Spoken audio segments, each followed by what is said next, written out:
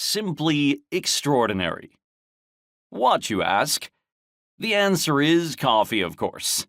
And the reasons why it's so extraordinary are not hard to explain. Among the world's most popular beverages, coffee made its debut around the 14th century in Yemen, where it was cultivated.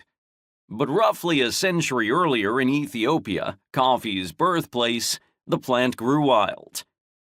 Why it took coffee so long to become a consumer commodity remains a mystery.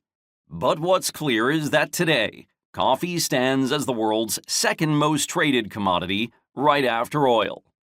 We consume about 700 billion cups of coffee annually, made from over 137 million hundredweights, 7 billion kilograms of green coffee harvested from more than 30 million farms in 75 countries across the tropical coffee belt.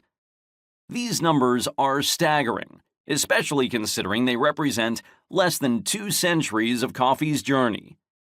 In 1825, coffee production was about 90 times smaller, and today it continues its upward trajectory. This global phenomenon originates from the coffea, a shrub that botanists categorize under the Rubiaceae family. It diversifies into over 90 species, but only 2 dominate global production: Coffea arabica and Coffea canephora, commonly referred to as Robusta coffee. Due to natural mutations and human expertise, these species have given rise to over 70 coffee varieties.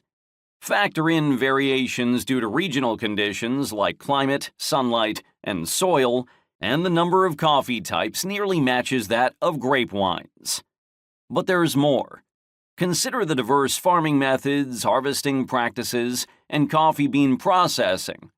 From naturally growing coffee plants in forest shade to expansive organized plantations, from selectively hand-picked cherries to machine harvesting, each method produces a unique taste in our coffee cup.